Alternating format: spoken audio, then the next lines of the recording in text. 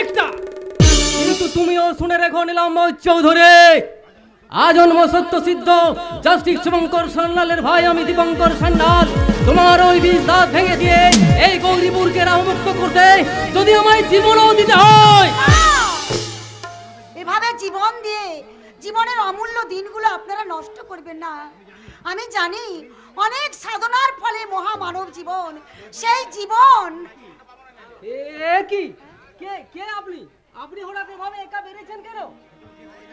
আসলে আসলে আমি অন্ধ, তো আমি চোখে দেখতে পাই না। তো তাহলে তাহলে আপনি হঠাৎ এভাবে একা বেরিয়েছেন কেন?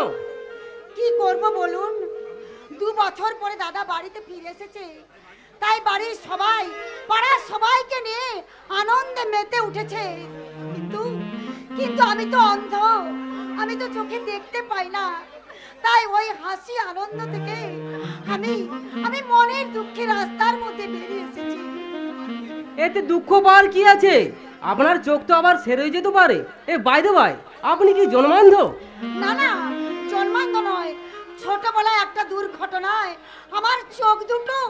ডাক্তার দেখাননি? না, কি করে দেখাবো বলুন? যাদের দুবেলা দুমুঠো পেটে ভাত ছোটে না, তাদের তাদের কেমন করে ডাক্তার দেখাবে? বেশ, আমি আপনাকে কথা দিচ্ছি, সম্পূর্ণ বিনা খরচে আমি আপনার চোখের চিকিৎসা করাবো। আপনি আপনি আমি আমি গৌরীপুর হাসপাতালের ডাক্তার দীপঙ্কর সান্যাল। আপনি doctor Babu? Hey by the by, আগামী কাল কি আপনার বাড়ির কেউ আপনাকে হাসপাতালে নিয়ে যেতে পারবে? পারবে ডাক্তার বাবু, পারবে। আমি ওকে হাসপাতালে নিয়ে যাব। আপনাকে তো ঠিক চিনতে পারলাম না। আমি ওর বড় দাদার মতো। কেন কেন দাদার মতো বলছো আজাদ ভাই? তুমি কি আমার দাদা নও? তাহলে সারা জীবন তোমার হাতে রাখি পরা করে সব ব্যর্থ হয়ে যাবে।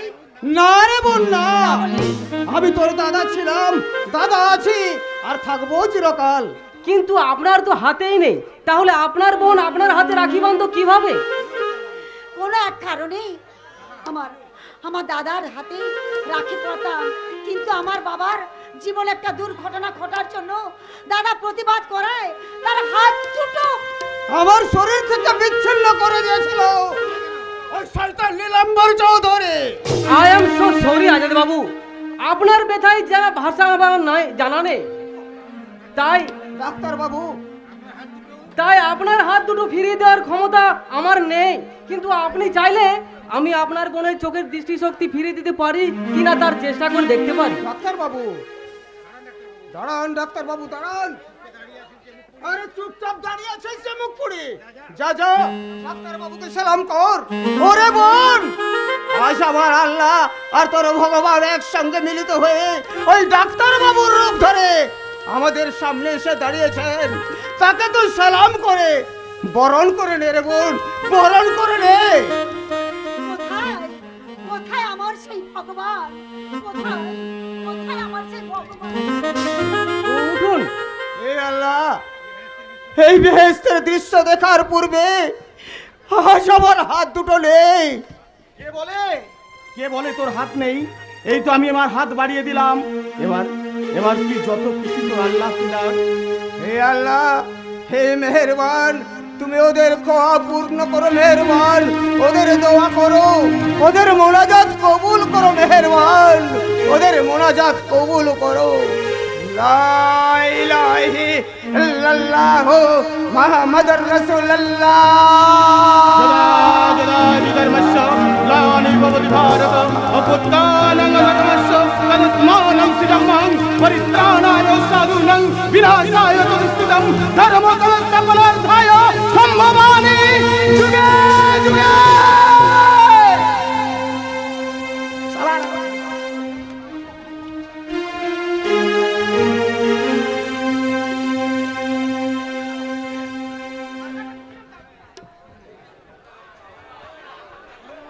করবো বাবুজি, করবো, নিশ্চয়ই করবো, লেকিন তার জন্য এক্সট্রা কিছু টাকা লাগবে। মাইনা করা লোক, তাহলে বাড়তি কাজ করার জন্য তোকে টাকা লাগবে কেন? ও আপনি বুঝবেন না বাবুজি, কারণ মানে নিনি বলে সব কাজ করা যায় না। এই কাজ বহুত গুনাহের কাজ আছে। বলেন তো শালা, ভালো কাজ পুণ্যের কাজ করলি রে, আজ গুনাহের হিসাব করছিস? তুই চিরকাল তো বিনা দোষে মানুষের উপর খুন খারাপি আর ধর্ষণ করে কাটিয়ে দিলি, বিনা দোষে জমি দখল করে কাটিয়ে দিলি। সবই তো আপনাদের ভালোর জন্যই বাবাজি। সারা জীবন তো সারা ভূতের বোঝা হয়ে গেলাম আর গুনাহের পাহাড় তৈরি করে গেলাম। এরপর তোকে না হয় রাধা মাধব, এরপর থেকে তুই না হয় বেহেশত যাবার কাজ করবি, শুধু এই কাজটা।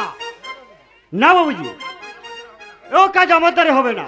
বলেন তো শালা, ওই বিতলে বাবুন দাসু বাবুর পেটে লাঠি মেরে ও জমিটাই আমি কেড়ে নিতে পারি। দরকার হবে না রে বাবলা, আমি আমার বন্ধকি জমি সব টাকাই নিয়ে এসেছি। এই নিন ম্যানেজার বাবু, আপনাদের টাকা গুনে নিন। নেব নেব, নিশ্চয় নেব। এই টাকাগুলো শুধু রাধা মাধব, মা লক্ষ্মী, এই মা লক্ষ্মীর জন্যই তো সারা দেশ জুড়ে এত খুন খারাপি। রাধা মাধব,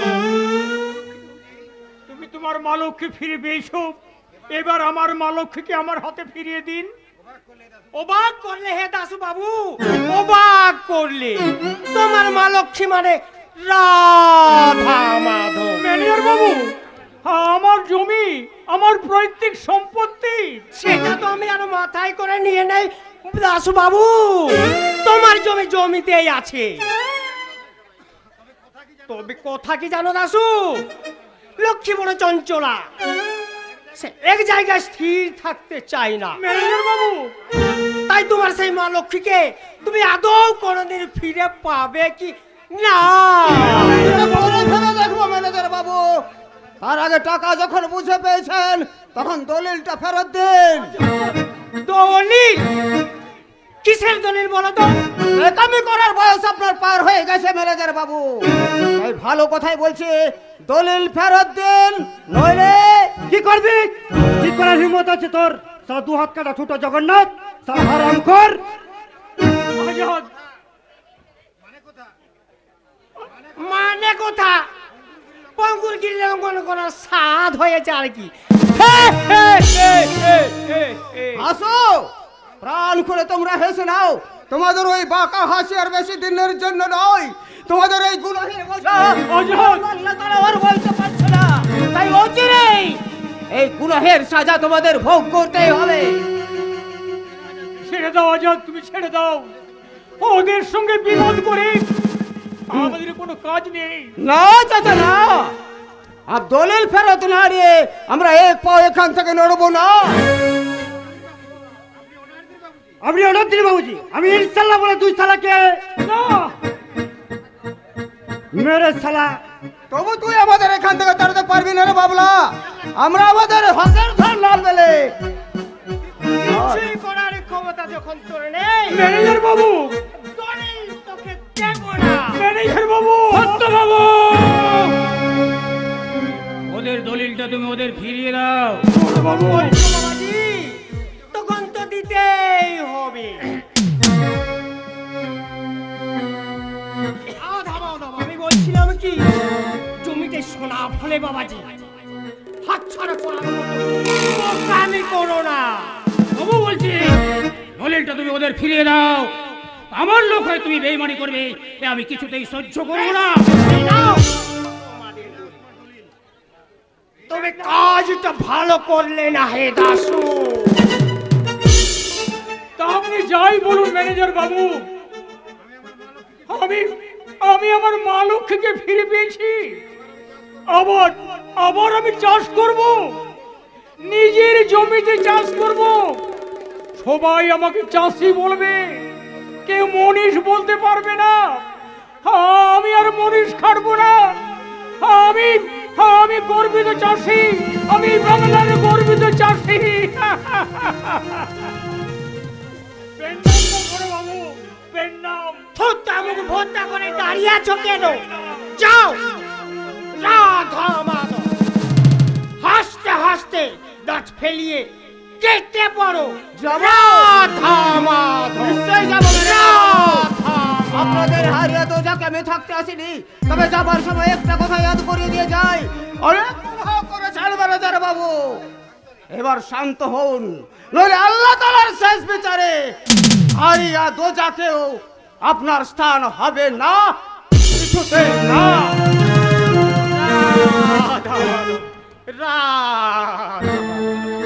কি হলো বাবুজি? বনে রাই সামের যুগল ঘটনা, ও বৃন্দাবনে রাই সামের যুগল ঘটনা, ও বৃন্দাবনে রাই সামের যুগল ঘটনা। কি হলো বাবুজি? শুনে কাঁদতে শুরু করলেন নাকি? বিন্দায়াদি সখী গণে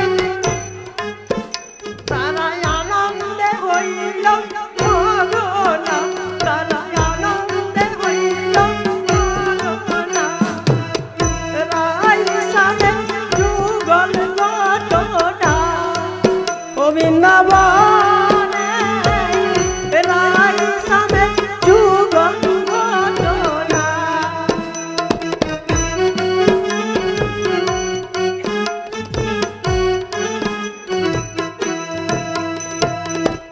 বিন্দায়াদি সখী গণে ফুলের মালা গাঁথে, বিন্দায়াদি সখী গণে ফুলের মালা গাঁথে, মনানন্দে প্রেমানন্দে যুগল গলে দিতে, তারা মনানন্দে প্রেমানন্দে যুগল গলে দিতে।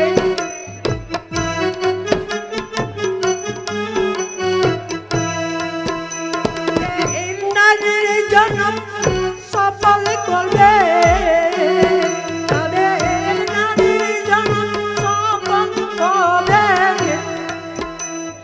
পুরাবে মনের বাসনা, তাদের পুরাবে মনের বাসনা, রাই সামের যুগল ঘটনা, ও বৃন্দাবনে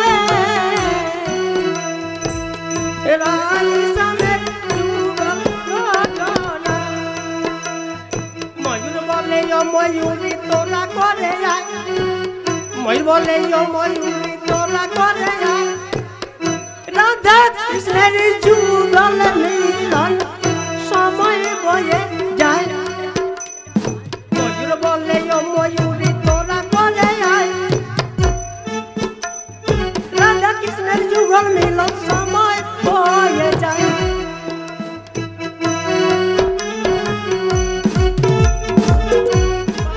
জনম সফল করব মোরা, পাখির জনম সফল করব, আমাদের পুরাবে মনের বাসনা, মোদের পুরাবে মনের বাসনা।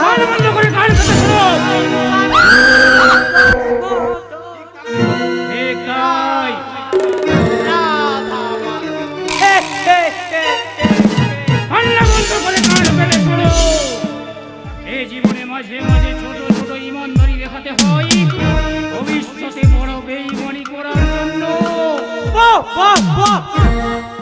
বাবাজি আমার এই যুগের চাণক্য, আমারই কান কেটে রক্ত বার করে গবেষণা শুরু করেছে। হে হে হে,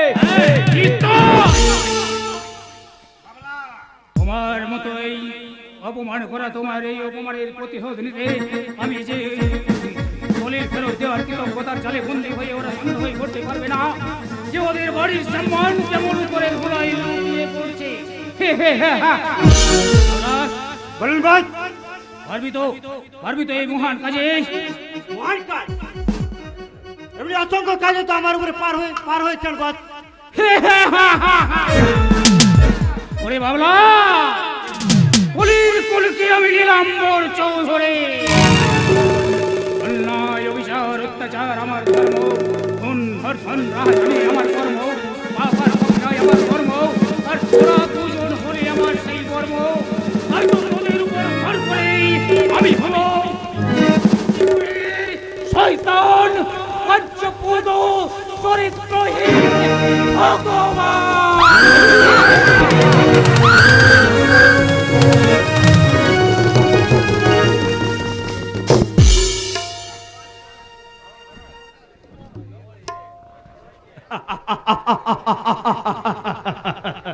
খিদে পেয়েছে, আমার প্রচন্ড খিদে পেয়েছে। তাই খিদের জ্বালা মেটাতেই এই টাকার বান্ডিল আমি হাতে তুলে নিয়েছি। সেট বাবু বড্ড ভালো ভালো, আমার খিদে বুঝতে পেরেই আমার হাতে তুলে দিয়েছে এই টাকার বান্ডিল।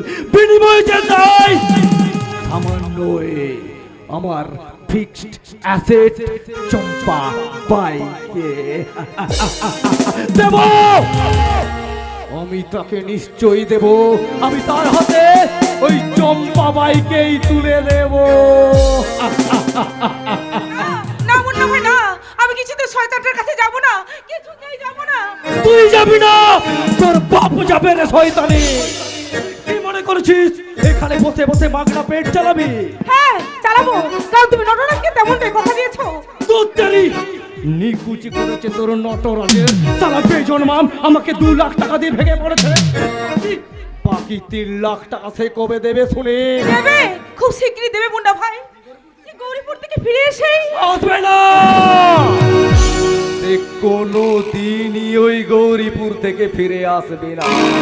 ওই গৌরীপুরে শিবনাথের টপকা বউটাকে পেয়ে তার সাথে সে রামলীলায় মত্ত হয়েছে, আর তোর মতো একটা নাচনেওয়ালিকে ভুলে গিয়ে। না মুন্না ভাই না, এ কখনো হতে পারে না। সে কখনো আমাকে ভুলে যেতে পারে না, কারণ সে আমাকে বুকে জড়িয়ে ধরে কথা দিয়েছে। আমার কথা আমিও তাকে দিয়েছিলাম যে তোকে কারো বিছানায় পাঠাবো না। সে যেমন এক সুন্দরীকে বিছানায় পেয়ে তোর কথা বেমালুম ভুলে গেছে, আমিও তাকে দেওয়া কথা ভুলে গিয়ে আজ রাতেই তোকে ওই শুক্লার সেটার বিছানায় পাঠাবো। তুমি করো না মুন্না ভাই, তুমি করো না। তোমার চম্পার কথা ভেবে, নটরাজের কথা ইয়াদ করে আমি তার মতো বেইমানের সাথে আমি করব চরম বেইমানি, আর সেই বেইমানের শরৎ দিবি তুই।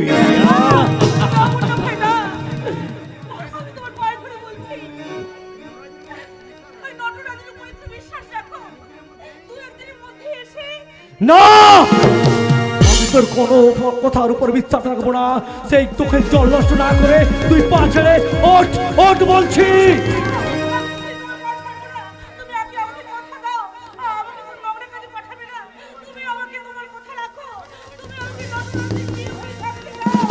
নটরাজের প্রিয় হয়ে নয়, তোকে আমি যা তুই তো যাকে যা।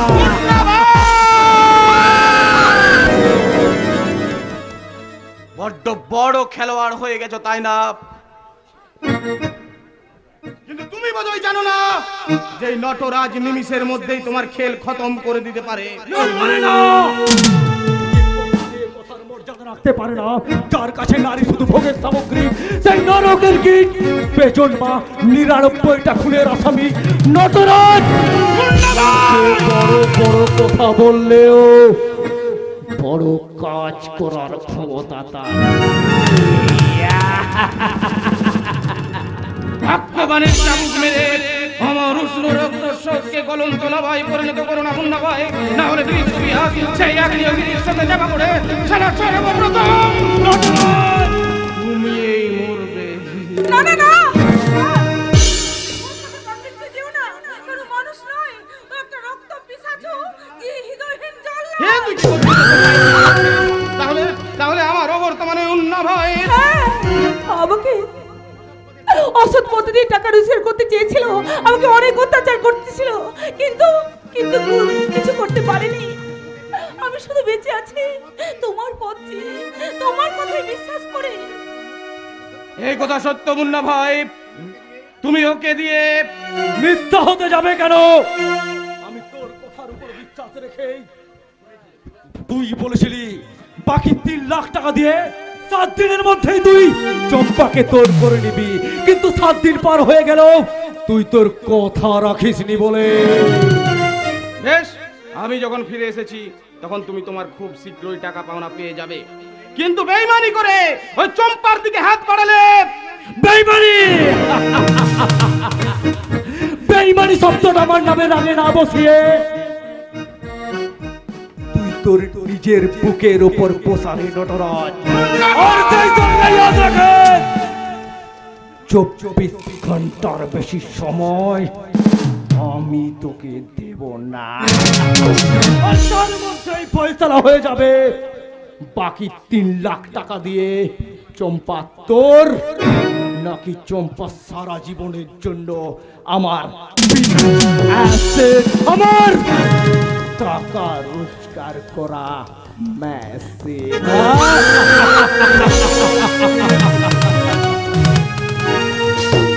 তাই হোক মুন্না ভাই, তবে তাই হোক, শালা ওই 24 ঘন্টার মধ্যে ফয়সালা হয়ে যাক যে চম্পা তোর না আমার সম্পত্তি। কিন্তু এত অল্প টাইমের মধ্যে তুমি এত টাকা কোথায় পাবে? তা তো আমি জানি না রে চম্পা, তা তো আমি জানি না। আমি শুধু জানি যে নাম গোত্রহীন বেজন্মা যারও যে সন্তান আমি, এই সমাজ যাকে মেনে নেয়নি, এই সংসার যার কোনো পরিচয় দেয়নি, নরকের কৃমি কীট সমাজের জঞ্জাল যার একমাত্র পরিচয়, সে পারে না রে কারুকে ভালোবেসে বুকে টেনে দিতে, পারে না রে চম্পা, পারে না। আমি তো তোমার জীবনে ভালোবাসার প্রদীপ ছেলে এই জীবন্ত লাশ নটরাজের বুকে করেছিস প্রেমের সঞ্চার। তাই তো আমার জীবনে মরণে একমাত্র সহযাত্রী তুই, আমার চলনে বলনে মলনশীলতায় শুধু তুই আর তুই। কিন্তু শয়তানের কারাগারে বন্দি এই চম্পা ভাই 5 লাখ টাকার জীবন কাঠের পর্ষণা পেলে পাবে চম্পা, নিশ্চয়ই পাবে। যে আমার জীবন বাজি রেখেও যে বিশ্বের প্রতিজ্ঞা আমি বক্ষে ধারণ করেছি, সেই বুকে মাথা রেখে আমি প্রতিজ্ঞা করছি নটরাজ, তোমার সুখ দুঃখ হাসি কান্না ব্যথা বেদনার সঙ্গী হয়ে আমি জীবন আজি হৃদয়ে ভালোবেসে, আজ হৃদয়ে ভালোবেসে লিখে দিলে না তুমি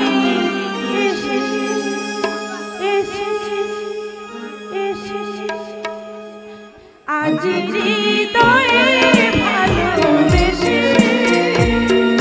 লিখে দিলে না তুমি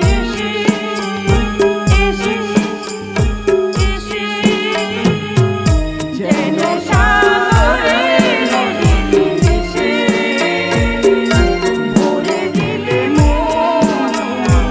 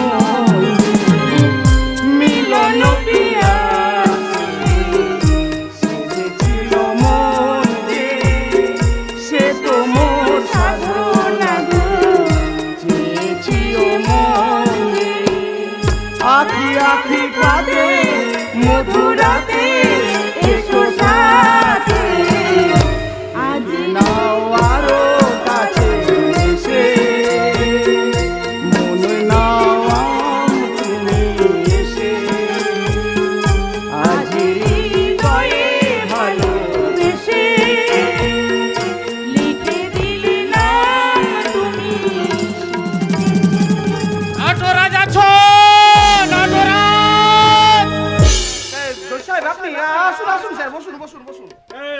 না না না না, আমি ঠিক আছে ঠিক আছে, আমি শুধু তোমার কাছে জানতে এসেছি। না না না মানে আপনার কথা বলুন স্যার, আমি আপনার জন্য চা নিয়ে আসছি। হ্যাঁ, এবার বলুন স্যার, আপনি কি বলতে চান? কি ব্যাপার, এত তাড়াতাড়ি ফিরে এলে যে? গৌরীপুর কি তোমার ভালো লাগেনি? ভালো লাগা কি বলছেন স্যার?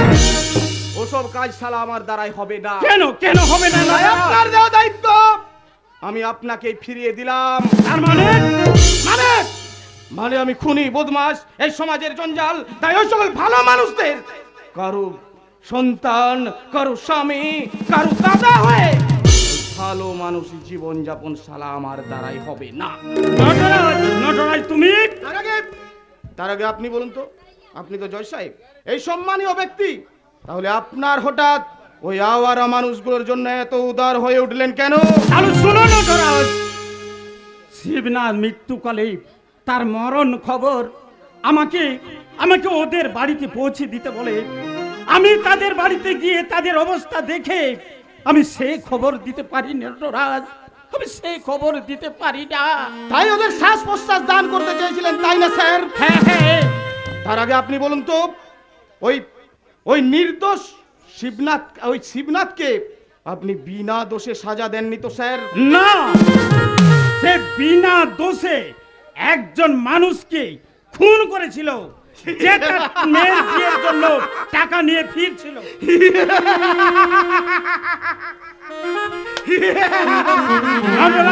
তুমি এভাবে হাসছো কেন? ওই লোকটাকে খুন করেছিলাম আমি, তাই শালা সাজাটা আমার হওয়া উচিত ছিল, কিন্তু আপনি কিনা সাজা দিলেন ওই নির্দোষ শিবনাথকে। আমি তোমাকে কোনো কিছু করতে পারবেন না, কারণ একটা খুনের জন্য দুবার কখনো দুজনকার ফাঁসি হয় না।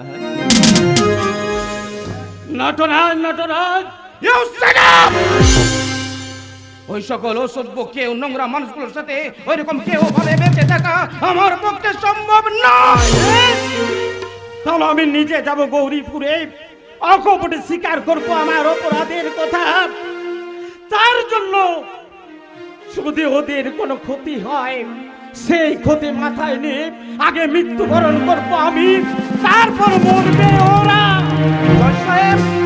আপনি এই না না, সবার আগে আমি মানুষ, তাই মানবিক দায় দায়িত্ব কর্তব্যের বোঝাকে সরিয়ে রেখে আমার পরিচয় জজ সাহেব হতে পারে না, পারে না।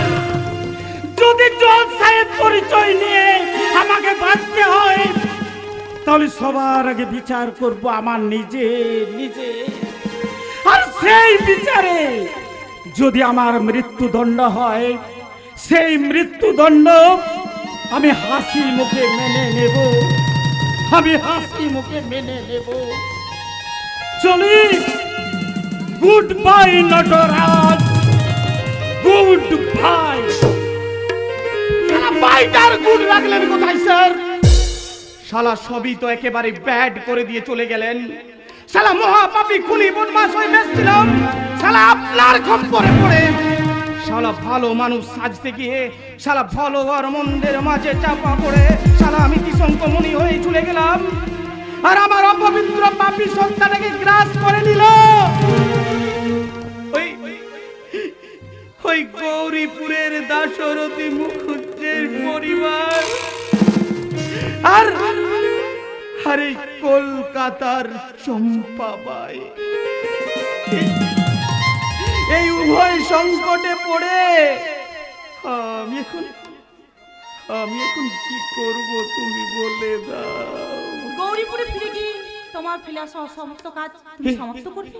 তুই কি বলছিস না চম্পা? তুই কি বলছিস? যেখানে আমার অবর্তমানে মুন্না ভাই তোকে দিয়ে হাজার অত্যাচার। তাতে তো আমি মরে যাইনি, তাছাড়া অত্যাচার সহ্য করতে করতে আমি যে পাথর হয়ে গেছি। কিন্তু গৌরীপুরের অসহায় মানুষগুলো যে তোমার মুখের দিকে তাকিয়ে বসে আছে, তাদের নিশ্চয়ই তুমি মৃত্যুর মুখে ঠেলে দিতে পারবে না। কিন্তু চম্পা, কোনো কিন্তু নয় গো, কোনো কিন্তু নয়। ওই জজ সাহেবের মতো দেবতার হাত ধরে যখন তুমি রত্নাকর থেকে তুমি বাল্মীকি মুনি হওয়ার সাধনায় নেমেছো, তখন নিজের ক্ষুদ্র স্বার্থে তোমাকে বাধা দিলে নরকেও যে আমার জায়গা হবে না গো, আমার ঠাঁই হবে না। কিন্তু বাকি 3 লাখ টাকা না দিতে পারলে ওই ওই মুন্না ভাই তোর উপর আবার অত্যাচার করবে। তুমি ভালোভাবে জেনে সেই অত্যাচার আমি নীরবে সহ্য করব। তাতে যদি মৃত্যু হয়, আমি মৃত্যুর কোলে শুয়ে ভগবানকে ধন্যবাদ দেব। তোমার মতো দেবতার পায়ে আমি ঠাঁই পেয়েছিলাম। চম্পা, তোর মতো এই দেবী মূর্তিকে আমি আমার এই মহাপাতকে হৃদয়ের কোথায় রাখবো তুই বলতে পারিস চম্পা? না গো না, মহাপাতকে তুমি নও, তুমি তো পুণ্য শৈলা গঙ্গার পবিত্র বাড়িতে সদ্য স্নাত এক ধ্যানমগ্ন ঋষি কুমার। তাই তো তোমার জন্য ঈশ্বরকে আমি ডেকে ডেকে বলি,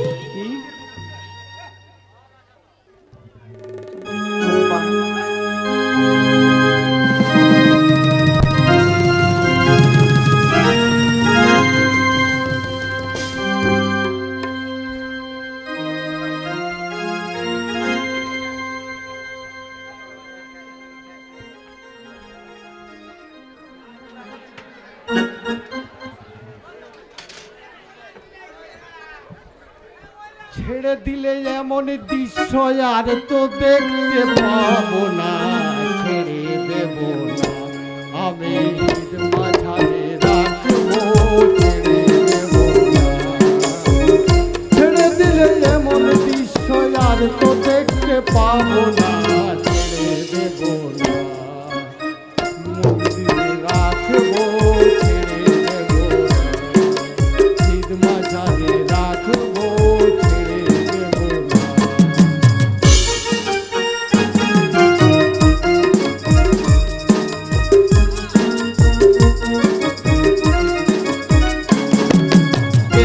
বলে সচি মাতা আমার নেমাই গেল কোথায়, বলে সচি মাতা আমার নেমাই গেল কোথায়।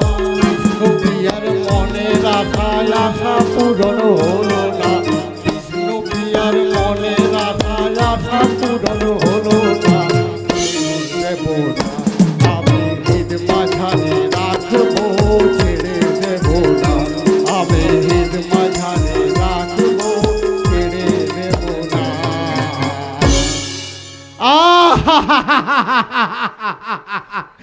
কি বিশ্রী সুন্দর দৃশ্য!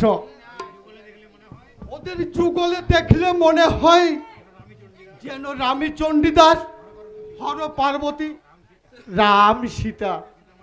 কিন্তু আমার সীতা কই? সে যে বিয়ের 1 মাস পরে ওই বনবাসে পুরী যাওয়ার নাম করে চলে গেল, আর ফিরে এলো না।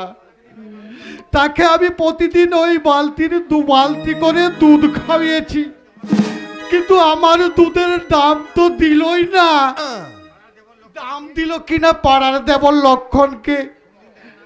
যদি কোনোদিন আমি তার দেখা পাই তো আমি বুঝিয়ে দেব যে আমিও ভগবানের জাত, গোয়ালার ছেলে। দুধ বেচি ওই বাড়ি বাড়ি, দেখতে বোকার মতো হলো, আমার বুদ্ধি হয়েছে তাড়াতাড়ি।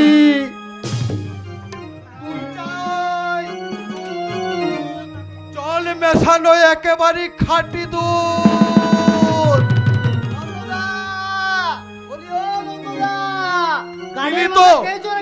একেবারে পিছু ডেকে, একেবারে অশুভ লক্ষণ, আর কোনো শুভ কাজ হবে না। শুভ কাজ মানেই তো দুধ বিক্রি। তোমার ওই জল মেশানো খাঁটি দুধ ঠিক বিক্রি হয়ে যাবে। না রে পাগলা, না। আমার কাছে দুধ বিক্রির চেয়েও শুভ কাজ হলো তোর বৌদিকে খোঁজা। আজ 6 মাস হয়ে গেল আমি তাকে পাগলের মতো খুঁজছি। নিচেই খুঁজে বেড়াচ্ছ নন্দদা, বৌদি আর কোনোদিন ফিরে আসবে না। বলিস নে রে ভাই, বলিস নে। ওই সব কথা শুনলে আমি একেবারে হাট ফেল করে ফেলবো। তবে আমি একটা আশা নিয়ে বেঁচে আছি। কি আশা বলো তো? মানে তোর দাদা শিবু, মানে আমাদের শিবু, সে যদি 2 বছর পরে ফিরে আসতে পারে তাহলে আমার বউ সীতা 6 মাস পরে ফিরে আসবে না কেন? আসলে মেয়ে মানুষ চ্যাং মাছের জাত, একবার হড়কে হাত ফসকে গেলে কোন পাকে যে লুকিয়ে পড়বে তা খোঁজার সাধ্যি ওই ভগবানেরও নেই। হলো সে 1 মাস যাবত আমার ঘর করেছে, প্রতিদিন ওই বালতির 2 বালতি করে দুধ খাইয়েছি, আর সারাদিন হয় টিভি দেখেছে নাই তো পড়ে পড়ে ঘুমিয়েছে। আর সেই কুম্ভকর্ণের ঘুম ভাঙতে সে কেটে পড়েছে, কারণ তোমার সাথে 1 মাস ঘর করে সে বুঝে নিয়েছে তুমি কি জিনিস। আরে বুঝবে না মানে? নিশ্চয় বুঝবে। আচ্ছা তুই বল, এই যে সকালবেলায় আমি যতটা দুধ নিয়ে বের হই আবার ততটা দুধ নিয়েই ফিরে আসি, এটা কার জন্যে করি? তার জন্যই তো, সে কিনা আমায় ভুলে।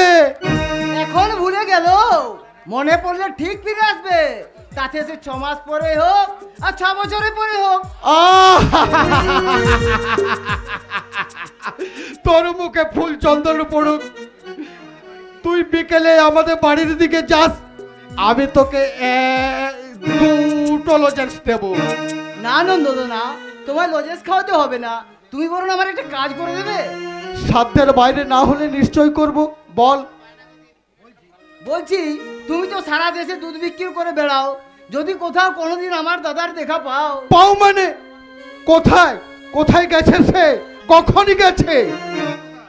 গতকাল ভোর থেকে দাদাকে খুঁজে পাওয়া যাচ্ছে না, তাই তোমার সঙ্গে যদি দেখা হয় তুমি জোর করে আমার দাদাকে ফিরিয়ে এনে দেবে।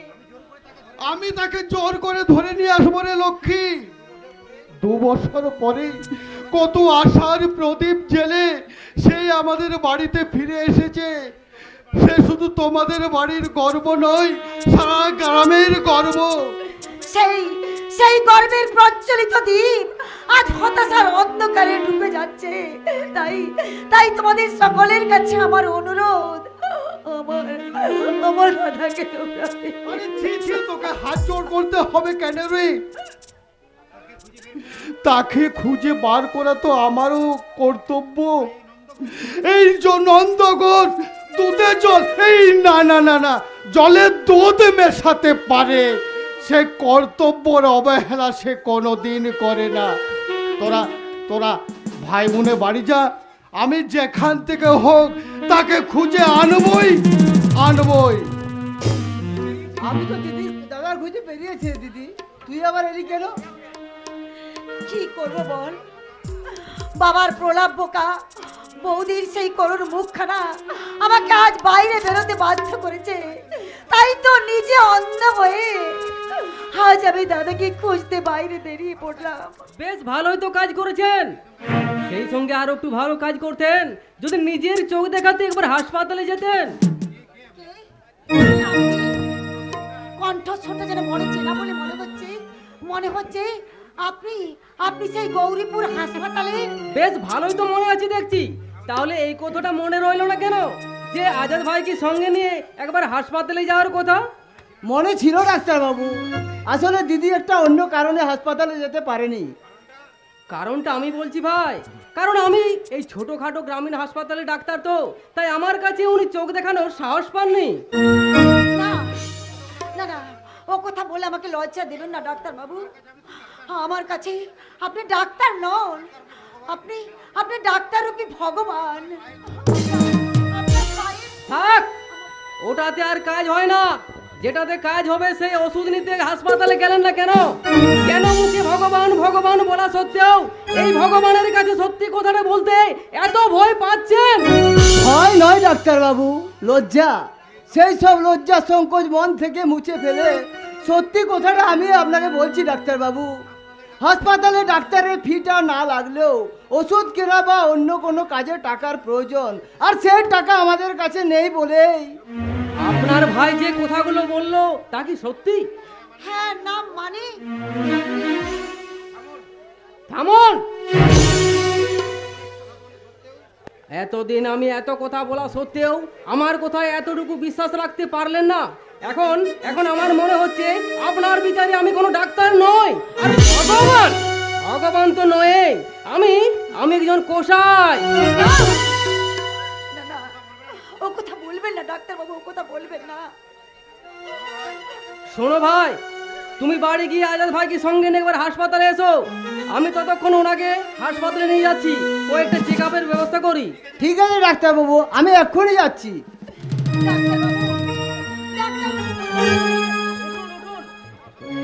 আমার সঙ্গে চলুন।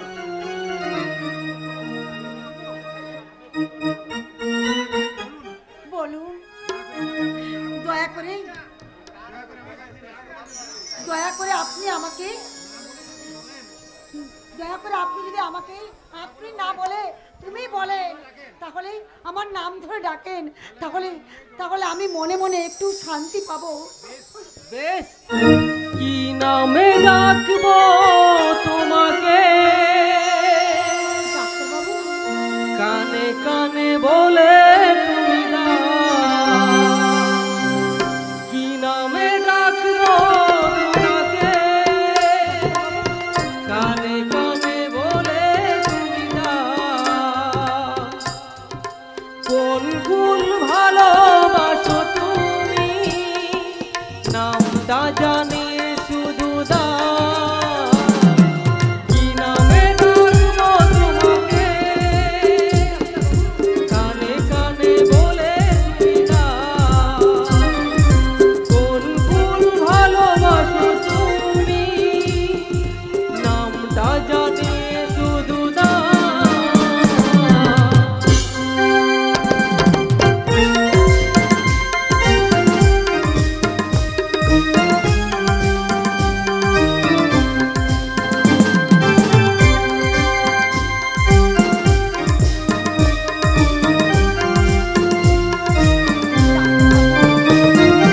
বাঁশির সুর তো তুমি নও, হৃদয়ের নুপুর জানি, গোধূলির রং গায়ে মেখে বাজবে শুধুই রিনি ঝিনি। ও বাঁশির সুর তো তুমি নও, হৃদয়ের নুপুর জানি, গোধূলির রং গায়ে মেখে বাজবে শুধুই রিনি ঝিনি। গোলাপি খামটায় নিশি, চুপি চুপি কাছে রেখে দাও, কোন ফুল ভালোবাসো তুমি, নামটা জানি শুধু দাও, নামে ডাকবো তোমাকে, কানে কানে বলে তুমি না,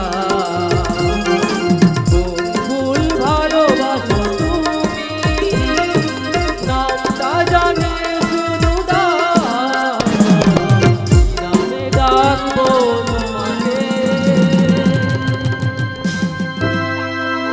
হরিবল। অনারেবল জাস্টিস শুভঙ্কর সান্যালের ভাই বিলেত ফেরত ডাক্তার দীপঙ্কর সান্যাল একটা গেয়ে অশিক্ষিত মেয়ের হাত ধরে পথ চলছে, বলি এইটা কি পৃথিবীর অষ্টম আশ্চর্য নয়? দিশা, কি বলছিস তুই? আমি কিছুই বলিনি ছোটদা, মনে হচ্ছে তোর হাত ধরে থাকা ওই সুন্দরী মেয়েটা বলছে আমার হাত ধরে নিয়ে চলো সখা, আমি যে পথ চিনি না। আপনি কে আমি জানি না, আমি চিনি না, আমি অন্ধ, আমি তো চোখে কিছু দেখতে পাই না, তাই আপনাকে আমি চিনতে পারিনি। তবু আপনার কাছে হাত জোড় করে অনুরোধ করছি, আপনার যতখানি রাগ আছে সেই বাক্য বলে আমাকে জর্জরিত করুন, কিন্তু দয়া করে ডাক্তার বাবুকে আপনি কিচ্ছু বলবেন না, আপনি কিচ্ছু বলবেন না। ওরে বাস, এ তো আমি চণ্ডীদাসের অমর প্রেমের কাহিনী। মনে হচ্ছে এরা এক মরণে দুজন মরে, এমন মরে কয়জন আয়, গোলে মালে পীড়িত করো না। অভদ্রতার একটা সীমা থাকা দরকার দিশা, মনে রাখিস ও আমার পেশেন্ট, ওর চিকিৎসার জন্য ওকে আমি হাসপাতালে। সেই সঙ্গে ওর মনের চিকিৎসাটাও করে নিস ছোটদা, কারণ ওর চয়েস জ্ঞানটা কিন্তু খুব একটা খারাপ নয়, বৌদি হিসাবে ও মোটামুটি চালিয়ে নিয়ে আসবে। দিদি, গভীর জঙ্গলে নাম না জানা কত ফুলই তো ফোটে, কত কত অবহেলায় তারা মানুষের কাছ থেকে গাছের তলায় ছড়ে পড়ে, দেবতার চরণে কোনোদিন তারা ঠাঁই পায় না। তাই আমি ভাবছি হয়তো আমিও কোনোদিন কারো চরণে ঠাঁই পাবো না, কোনোদিন না। ওরে ছোটটা, এ তো দেখছি দার্শনিকের মতো কথা বলছে। Well done, well done mister in-law, well done.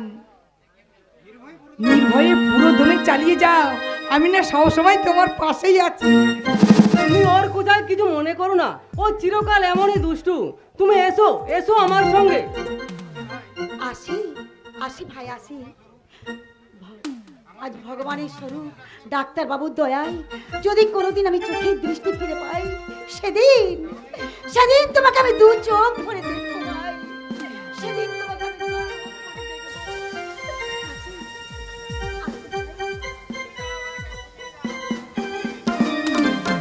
দৃষ্টি শক্তি তুমি ফিরে পাবেই লক্ষ্মী দেবী, কারণ যে ডাক্তারের হাতে তুমি পড়েছো, যদি প্রয়োজন হয় না সে ভগবানের চোখ দুটো তুলে এনে তোমার চোখে বসিয়ে দিয়ে তোমার দৃষ্টি শক্তি ফিরিয়ে দেবে। কিন্তু আমি ভাবছি ছোটদার এই নিজ মানসিকতা কি বড়দা মেনে নেবে? নো ডাউট মেয়েটা কিন্তু খুব সুন্দর। ইয়েস, আমার মতো সুন্দরী তোমার চাই। তুমি সুন্দর পাপড়িযুক্ত ফুল না হলে আমার মতো তৃষ্ণার্ত ভ্রমরগুলো তোমার উপর উড়ে এসে বসবে কি করে? আমার ইংরেজি কেন সুন্দরী? তুমি বাংলার মেয়ে, বাংলায় কথা বলতে কি মুখে বলতাই কামড়িয়েছে। কথা বলবে জানো আমি কে, কি আমার পরিচয়? তোমার আই কার্ড আধার কার্ড দেখানোর মতন আমার সময় নেই সুন্দরী। আমি শুধু জানি তুমি নারী, আমি পুরুষ। তুমি সুগন্ধি গোলাপ, আমি উলমত্ত পতঙ্গ। তুমি নদী, আমি সাঁতার। তাই আমি তোমার বুকে ঝাঁপিয়ে পড়ে তোমার উত্তর যৌবন সাথে সাঁতার কাটবো, সাঁতার।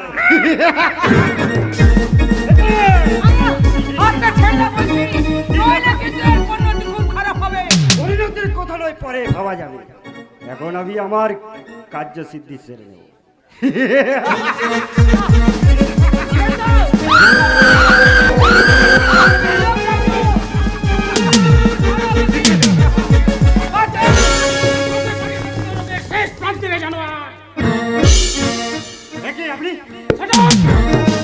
তুই তো ভালো করে জানিস যে আমার মুখের উপর কথা বলাটা আমি পছন্দ করি না।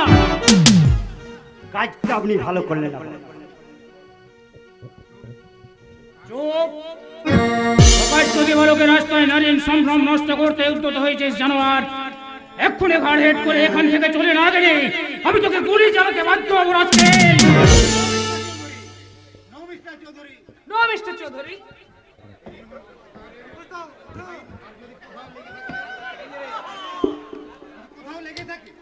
আর যদি কোথাও লেগে থাকে তাহলে আপনারা ওই সুললিত মানি আর কোমর স্পর্শে তা উপশম হতে কতক্ষণ? গুড গার্ল, তোমার মতো সুন্দরীর মুখে একান্ত আপন ভেবে আপনাকে আমি তুমি বলে ফেলেছি।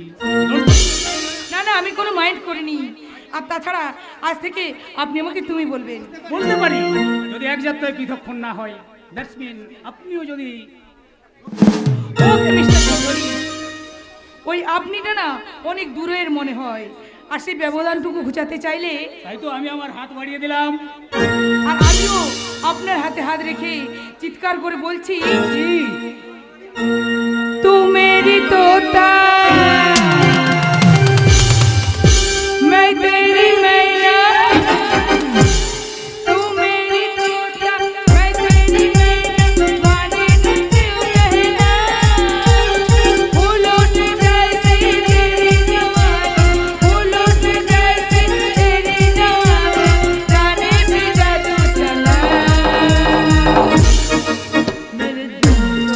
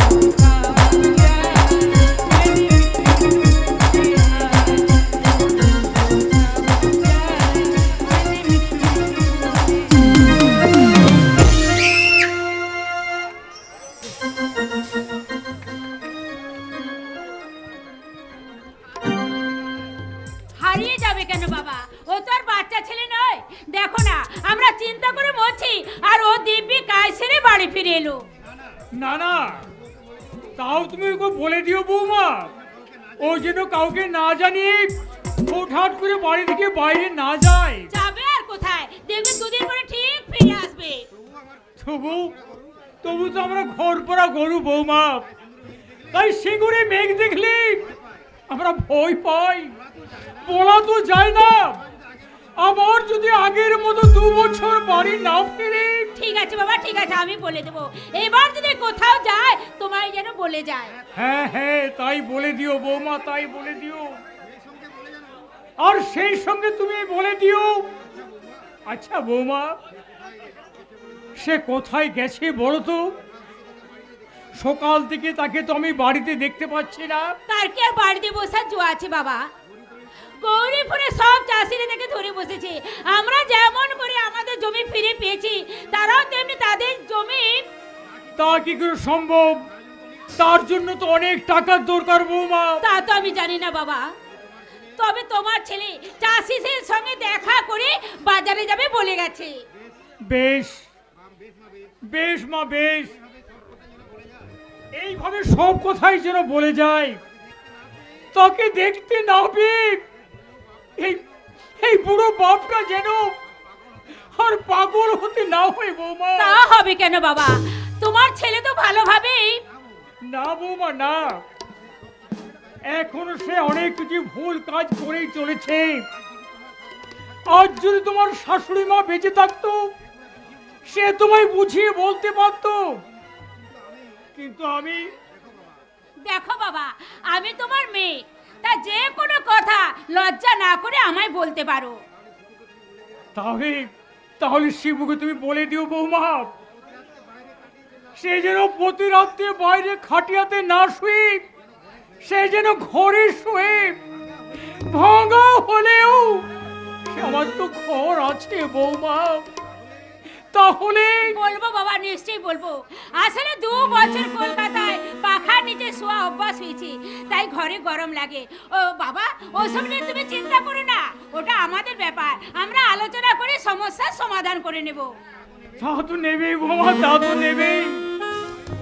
তুমি তো এই বাড়ির বউ নও বাবা, তুমি যে বাড়ির অন্নপূর্ণা। আপনার সেই অন্নপূর্ণার দ্বারে আজ আমি ভিক্ষুক হয়ে দাঁড়িয়েছি মেসোমশাই, ভিক্ষুক হয়ে দাঁড়িয়েছি।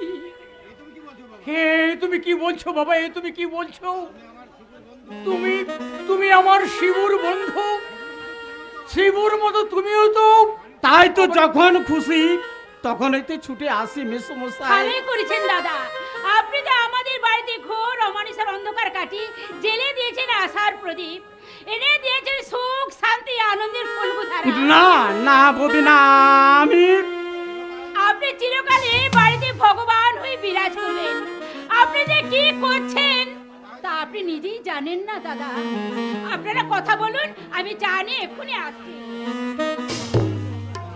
বসো বাবা বসো। এবার তুমি বলো কি হয়েছে? সবাই সবাই বাড়ির ভালো আছে তো বাবা? আর বাড়ির সবাই ভালো আছে মেসোমশাই, কিন্তু কিন্তু আমি ভালো নেই মেসোমশাই, আমি ভালো নেই। কেন বাবা কেন? সেই কথাটা পরিষ্কার স্পষ্ট করে বলতে পারি না বলেই তো আমি আমি ভালো নেই মেসোমশাই, আমি ভালো নেই। আমি খেতে পারি না, আমি ঘুমোতে পারি না, কোনো কাজে মন বসাতে। বিবেকের দংশনে আমি আমি ক্ষত বিক্ষত একটা জীবন্ত লাশ। তা কেন হবে বাবা, তা কেন হবে? তোমার মতো একজন এত বড় মাপের মানুষ। ওটাই তো আমার জীবনের সবচেয়ে বড় জ্বালা যন্ত্রণা কারণ মেসোমশাই। আর তা থেকে মুক্তি পেতে আমি আমি আপনার কাছে ছুটে এসেছি মেসোমশাই, আমি আপনার কাছে ছুটে এসেছি। বেশ, বলো বাবা বলো, কি কথা তোমার আছে বলো। বলবো মেসোমশাই বলবো, মনের সমস্ত দ্বিধা দ্বন্দ্ব ঝেড়ে ফেলে দিয়ে, আমার মনের সংকীর্ণতা ঝেড়ে দিয়ে আপনাকে আমি সত্যি কথাটা বলবো যে আপনার বড় ছেলে শ্রীনাথ। শিবু, এই তো আমার শিবু এসে গেছে। এইবার তোমরা মন খুলে কথা বলো। তোমার হ্যাঁ তা তো বলবোই মেসমশাই, তা তো বলবোই, কিন্তু আরে ভুল হয়ে গেছে, ভুল হয়ে গেছে। আরে আমার সামনে তোমরা মন খুলে কথা বলবে কি করে? আর আমি বাজারটা নিয়ে ততক্ষণে বাড়িতে দেখি সময় হলো জানি এলো না কেন।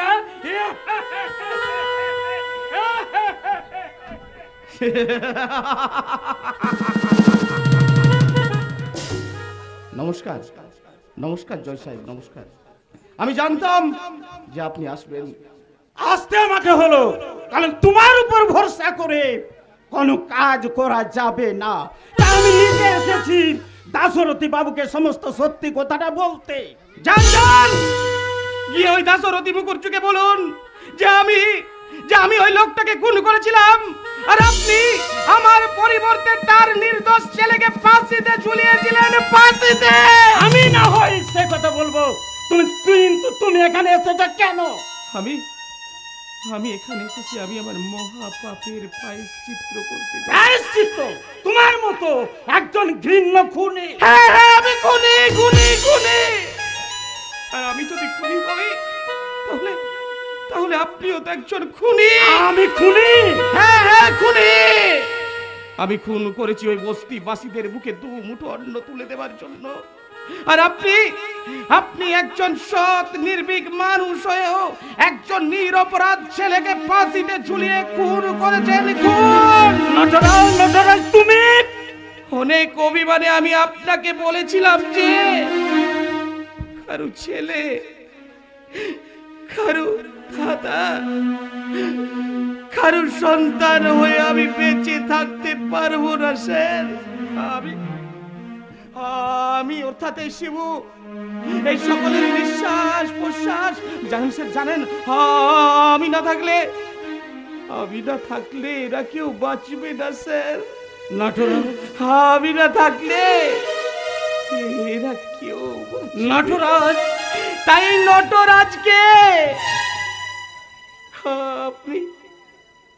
আপনি শিবু হয়ে বাঁচতে দিন,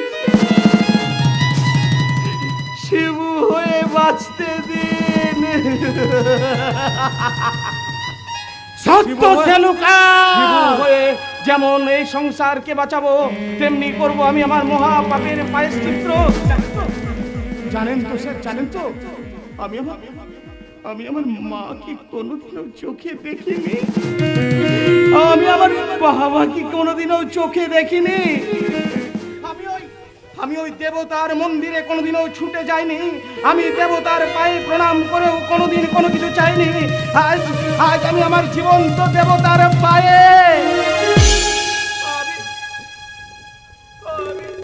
ভিক্ষে চাইছি।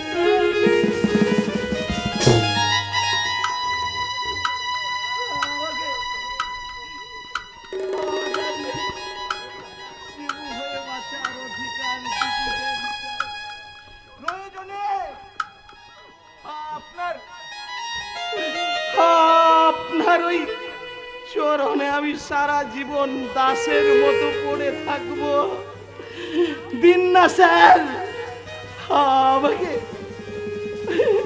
আমাকে শিশু হয়ে বাঁচার অধিকার দেন।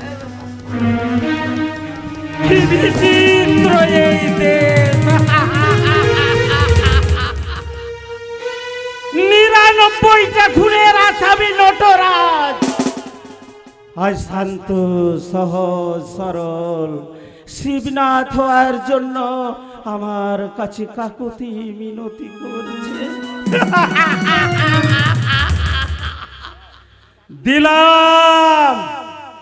দিলাম নটরাজ, আমি তোমাকে সেই অধিকার দিলাম।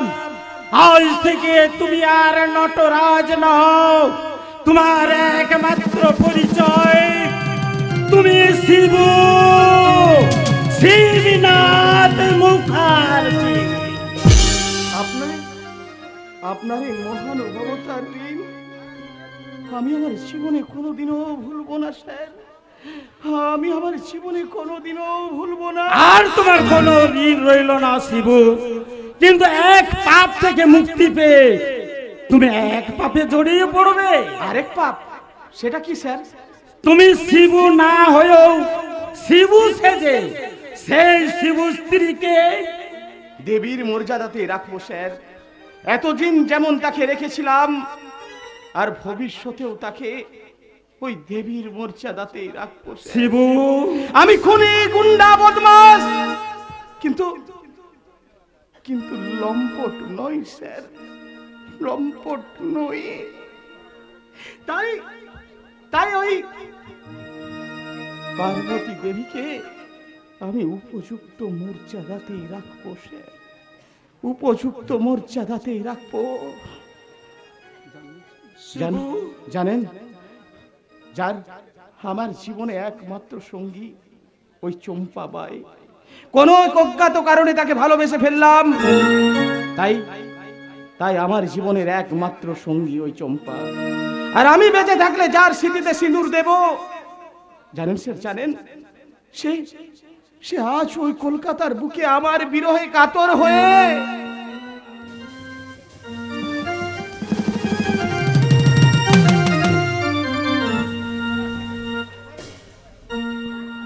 জানি না ফুরাবে কবে এই পথটা, জানি না ফুরাবে কবে এই পথটা, ছলো ছলো আঁখি মোর জল ভরা মেঘের ছায়া, ছলো ছলো আঁখি মোর জল ভরা মেঘের ছায়া, জানি না ঘুরাবে এই পথটা, পদধ্বনি শুনিতা আমি বারে বারে, পদধ্বনি শুনিতা আমি বারে বারে, ছুটি যাই দাঁড়ি ভুল ভেঙে যায়, আমার কাদাই শুধু খেলা করে হায়, ছলো ছলো আঁখি মোর জল ভরা মেঘে যেন ছায়া, জানি না ফুরাবে কবে এই পথটা, জানি না ফুরাবে কবে এই পথটা, জানি না ফুরাবে কবে এই পথটা। না না, বসে বসে বিরহের গান গাইলে নটরাজকে আমি খুঁজে পাবো না, তাকে আমাকে খুঁজে পেতেই হবে। যেমন করে হোক আমাকে আমাকে নটরাজ কাছে পৌঁছাতেই হবে, তার জন্য আমাকে এখান থেকে পালাতে, আমাকে এখান থেকে পালাতে হবে। বিন্ধ্য পর্বতের প্রাচীর হয়ে যদি দাঁড়ায়, সেই পর্বত অতিক্রম করে আমি আমার লক্ষ্যে পৌঁছাবই। পারবি না, অনর্থক পরে হাত পা ভাঙাবি, এমনকি মৃত্যু পর্যন্ত হতে পারে। তবু আমি সেখানে যাবো, কেউ আমাকে আটকাতে পারবে না, কিছুতেই না। বহুত লজ্জা, হ্যাঁ? মনের মধ্যে এমন অদম্য ইচ্ছা থাকলে মানুষ অনেক অনেক দূর পর্যন্ত যেতে পারে, তুইও পারবি, তবে সেটা নটরাজের কাছে গিয়ে নয়। কিন্তু নটরাজকে ছাড়া আমি যে কাউকে চিনি না মুন্ডা ভাই, নটরাজ আমার জীবনে কি কি দিতে পারবে? কি আছে তোর? একটা খুনি লম্পট যে কোনো মুহূর্তে যার পুলিশের গুলিতে প্রাণ যেতে পারে। না না না মুন্না ভাই, না ও কথা বলো না, সে না থাকলে আমি যে বাঁচতে পারবো না মুন্না ভাই। আর তার কথা মনে করলে এই চাবুকের আঘাতে আমিও তোকে বাঁচতে দেব না। শালা বেঈমান ঠক আমাকে 3 লাখ টাকা না দিয়ে ভেঙে পড়েছে, সে কলকাতায় এলে আমি এই শালাকে শেষ করে দেব। তুমি তার কোনো ক্ষতি করো না, আমি তো ওই কথা দিচ্ছি, আমি কিছুদিনের মধ্যে সব টাকা তোমার হাতে তুলে দেব, তুলে দেব। তাহলে বল, কালই তুই সেটজির ঘরে?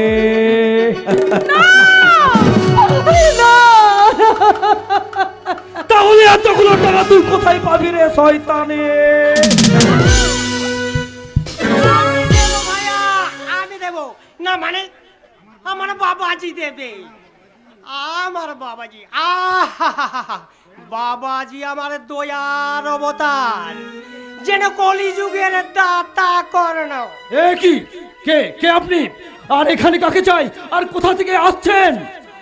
তোমার বসে রেলগাড়ি একটু থামাও ভাইয়া। আমি হলাম শ্রী শ্রীযুক্ত নীলাম্বর চৌধুরীর ম্যানেজার সত্য সাধন রায়, আর এখানে এসেছি মুন্না ভাইয়ের কাছে। বলুন, আমি মুন্না ভাই। আমি চাই এখানে গায়ের সুন্দরী নর্তকী চম্পা ভাইকে আমার বাবাজি একটা নাচ গানের আসর বসাবে তো। না না, আমি এখান ছেড়ে কোথাও নাচ নিতে পারবো না। আমি যাবে সুন্দরী, টাকার বান্ডিল হাতে পেলে নিশ্চয়ই যাবে। আপনি আপনি ওকে টাকার গরম দেখাচ্ছেন? না, শুধু টাকা নয় সুন্দরী, আমার বাবাজি হলো গৌরীপুরের ভগবান নীলাম্বর চৌধুরী, যার নাম শুনলে বাঘে গরুতে ঘাটে জল খায়। তার নাচের আসর মানে স্বর্গের নন্দন কানন। গৌরীপুর, তার মানে সেখানে তো আছে আমার নটরাজ। আমি যাবো, আমি যেমন করে হোক নটরাজকে খুঁজে বার করবো। আমি যাবো, সেখানে যাবো। হ্যাঁ শুনুন ম্যানেজার বাবু, আমি যেতে রাজি আছি। আপনি শুধু মুন্না ভাইয়ের সাথে টাকার চুক্তিটা করে নিন। আচ্ছা, কি কি ব্যাপার বলতো?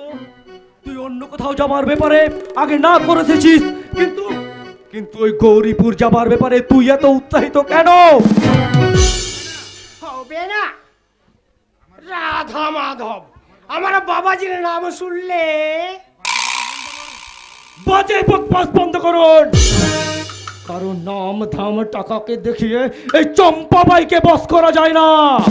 একবার যখন রাজি হয়েছে তখন তখন আমরা নিশ্চয়ই যাব, কিন্তু কিন্তু টাকা গুনে শেষ করতে পারবে না ভাইয়া, গুনে শেষ করতে পারবে না। আমার বাবাজিকে খুশি করতে পারলে তোমাদের হাতে ওই আকাশের চাঁদটাও ধরিয়ে দিতে পারে। আপাতত রাধা মাধব এই অ্যাডভান্স হিসাবে এই 50,000 টাকা রাখো। खुदा जब देता है तो चप्पड़ फाड़ के देता है। তুই জন্য কি ছিলি রে চম্পা, যে অ্যাডভান্স হিসেবে তোর দৌলতে এতগুলো টাকা? ওই পুরো টাকাটা পেলে তুমি আমায় মুক্তি দেবে তো মুন্না ভাই? দেব রে দেব, আগে আগে পুরো টাকাটা আসতে দে। তুই হলি আমার সোনার ডিম পাড়া রাজ। সব টাকাগুলো পেলে আমি নিশ্চয়ই তোকে ছেড়ে দেব। তাহলে তোমার ওই রাজহাঁসটিকে আমার বাবাজির ওই সোনার কাঁচায় ভরে দাও, আর সেখানে যত সোনার ডিম পারবে সব কিছু তুমি পাবে। বাস, তাহলে বলুন আমাদের কবে যেতে হবে? তাহলে আগামী 25শে ফাল্গুন তোমরা ওখানে চলে এসো। আমি তোমাদের থাকা খাওয়া শোয়া সব কিছুর এই ব্যবস্থা করে রাখবো। তা তো রাখবেই, কিন্তু এত দেরি কেন? আমি তো আরো আগে যেতে চাই। তাহলে তো সবাই খুশি হতো মা জননী, কিন্তু কোথায় বলে সবরে মেওয়া ফলে, আর সেই মেওয়াটা পেতে হলে রাধা মাধব তোমরা ওই তারিখে এসো। আমি তোমাদের জন্য রাধা মাধব ওই বরণডালা নিয়ে সাজিয়ে ওই রাস্তার ধারে। কেমন চলিবায় আসিবা জননী?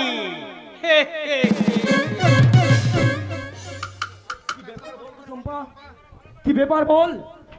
তুই তুই একটা কথা সত্যি করে বল তো চম্পা, এতদিন এতদিন তুই কোথাও যাবার ব্যাপারে না করেছিস, কিন্তু কিন্তু আজকে হঠাৎ করে রাজি হয়ে গেলি। কি কি আছে ওই গৌরীপুরে? সে তুমি বুঝবে না মুন্না ভাই, আর আমি তোমায় বোঝাতেও পারবো না। এই বন্দি জীবনে কি জ্বালা, এই বন্দি জীবন নিয়ে আমি মুক্তির স্বাদ পেতে চাই। সে কথা জেনে আমার কাজ নেই, আমার চাই শুধু টাকা। আর সেই টাকাই যখন আমি পেয়ে যাচ্ছি তখন তোকে আমি মুক্তি দেব। তবে তবে একটা কথা মনে রাখিস চম্পা, ওই নটরাজের কাছে গিয়ে জীবনের মহাভুলটা তুই করিস না। মহাভুল নয় বলতে পারিস যে জজ সাহেবের কথাই কার যেন একটা স্বামীর ভূমিকায় অভিনয় করতে গেছে, কিন্তু কিন্তু আগুনের পাশে ঘি থাকলে তা গলতে কতক্ষণ? যদি অভিনয়টাই সত্যি হয়, যদি যদি যদি ওই ওই ওই শিবনাথের ডবকা বউটাকে সে তার স্ত্রী করে নেয়, তখন তখন তুই পারবি তো সতীনের হয়ে সত্যি ঘর করতে? চরম বাস্তবের পরম অভিনয়ের কথা বলছি রে চম্পা। কারণ টাকা পিপাসু শয়তান হলেও আমি তো মানুষ চম্পা, আমি তো মানুষ। আমি তোকে ছোট থেকে বড় করে তুলেছি, এই চাবুকের আঘাতে তোকে শাসন করলেও আমি আমি তোর কোনোদিনই ক্ষতি চাইনি রে চম্পা। আমি তোর কোনোদিনই ক্ষতি চাইনি, কোনোদিনই ক্ষতি চাইনি।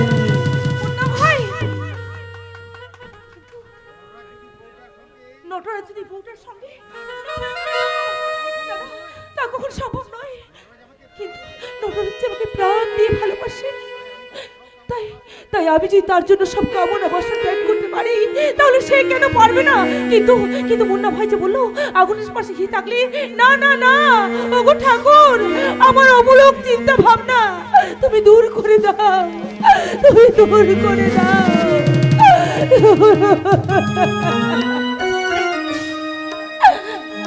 মিলনের ভাবিয়া গিয়াছে, ছেড়ে গেছে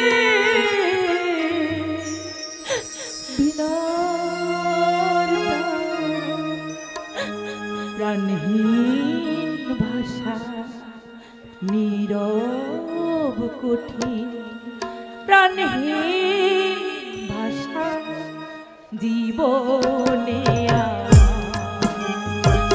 মিলনের সুরা হারিয়ে গিয়াছে, ছিঁড়ে গেছে প্রাণহীন ভাষা, নীরব কঠিন প্রেমহীন ভাষা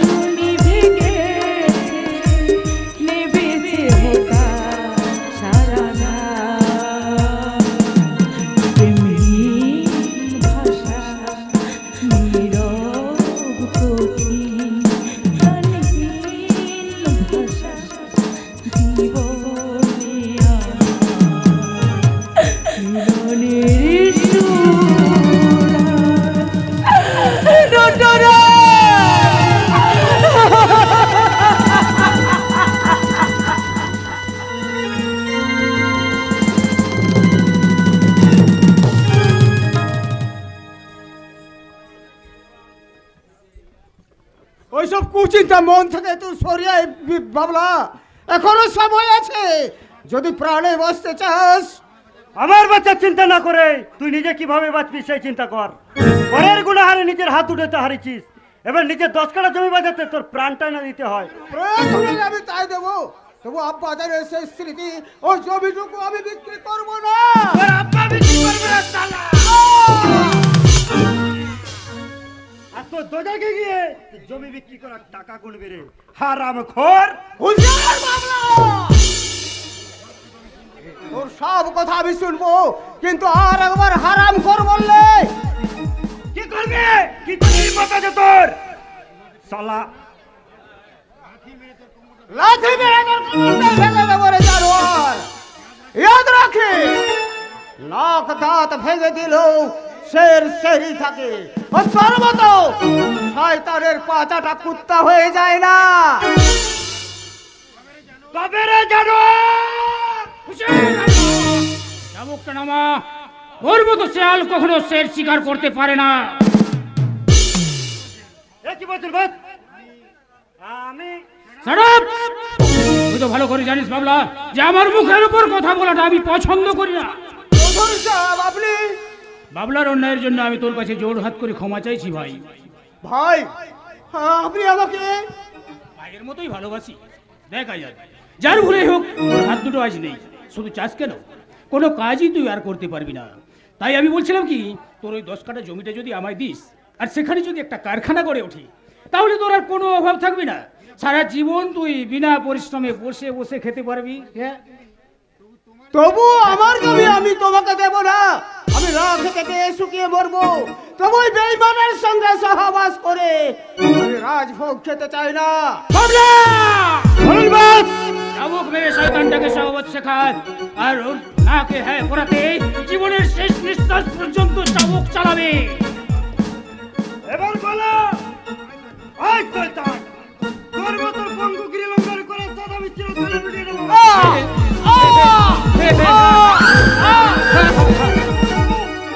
শামুক মারছেন কেন? সেটা এক্ষুনি বুঝতে পারবে দাসু বাবু, যদি তোমার জমিটা আমায় বিক্রি না করো। তোমার কাছে বন্ধক থাকার বহুদিন পরে ওই জমি আমি নিজের করে পেয়েছি বড় বাবু। এখন শত প্রলোভনে ফুলেও ওই জমি আমি কোনোদিন তোমায় বিক্রি আর করবো না। ভালো করে ভেবে দেখো দাসু বাবু।